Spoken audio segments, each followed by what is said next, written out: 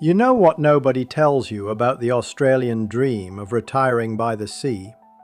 For most of the last century, it was actually affordable. A fibro shack a street back from the beach, a caravan park you could live in cheaply and happily, a fishing town where a pension stretched and the view cost you nothing because nobody had thought to charge for it yet. That Australia was real. Working people retired to the coast all the time, not because they were wealthy, but because the coast simply wasn't expensive. And then, somewhere in the last 20 or 30 years, the coast got discovered. Not by retirees, by money. In this video, I'll take you along the Australian coastline and show you what happened. The towns that used to be cheap, what they cost now, and what actually drove the prices out of reach. Stay until the end, because the last stretch of coast I'll show you is the one most people still believe is affordable, and the numbers will surprise you. Subscribe, and let's go. Let's start with the obvious one, the classic surf and fishing towns of the eastern seaboard.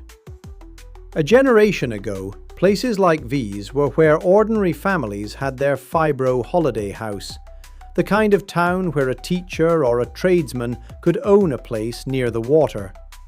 Roughly speaking, you're now looking at median prices that have multiplied several times over in real terms. What drove it wasn't local. It was the city deciding the coast was close enough to commute from or good enough to own a second home in. The moment a coastal town comes within striking distance of a capital or within range of remote work, it stops being a fishing town and starts being a suburb by the sea, priced like one. The locals didn't get richer, the town got reclassified. Next, the sea change belt, the mid-sized coastal towns a few hours from the big cities. These were the affordable dream for decades, far enough out to be cheap, close enough to still feel connected. Through the early 2000s, and especially the last few years, this is where the sharpest shock happened. A wave of people deciding they could live anywhere collided with towns that had only ever had a small number of houses. When a lot of money meets a little supply, there's only one outcome. What drove it was a supply problem dressed up as a lifestyle trend. These towns physically cannot build fast enough.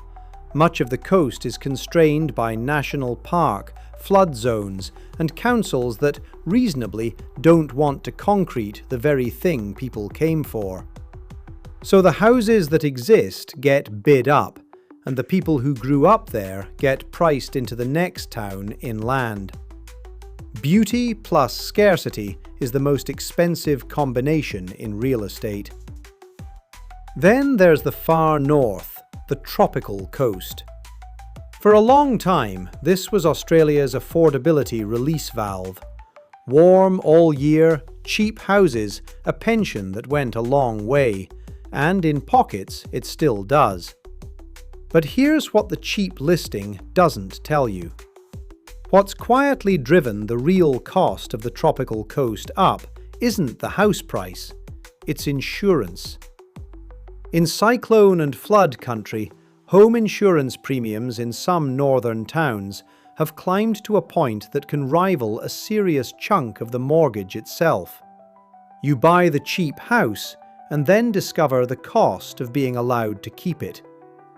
The sticker price was never the real price. The coast found a new way to charge you. We're past halfway, so let me say the thing that ties this whole coastline together. The Australian coast didn't get expensive because it got better. It got expensive because it got findable. Remote work, retiree migration, second homes, and a national obsession with the water all arrived at the same time. And they all arrived at a coastline that, by its nature, can't simply make more of itself. You can build another suburb on a city's edge forever. You cannot build another beachfront. scarcity did what scarcity always does. So, as we finish the tour, stop measuring the coast by the house price. Measure it by three things: the price, the insurance, and how far you are from a hospital.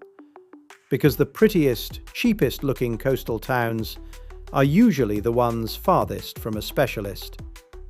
That's the real cost of the view. And here's the last stretch, the one most people still call affordable. The quieter coast, the less famous bays, the unglamorous fishing ports, the bits of coastline the brochures skip. For years, this was the genuine bargain, and in absolute terms, compared to the headline towns, it still looks cheap. But here's the surprise. The quiet coast is now where the fastest growth is happening, precisely because everyone's been priced out of the famous coast and gone looking for the next one.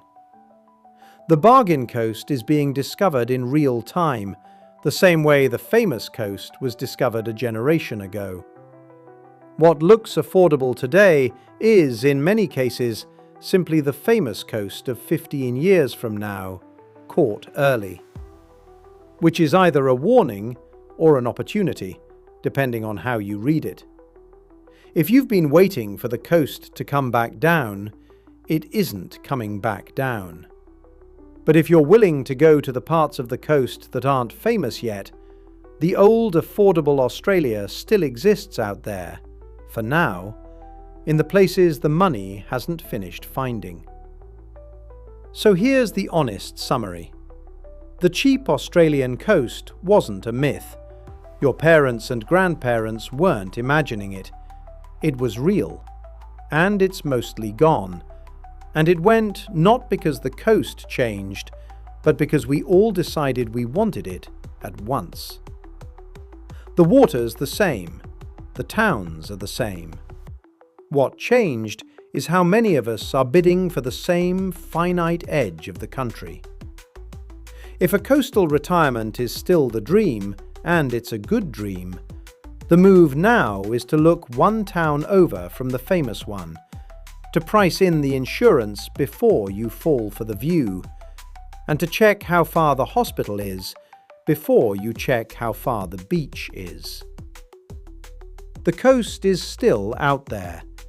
It's just learned its own worth.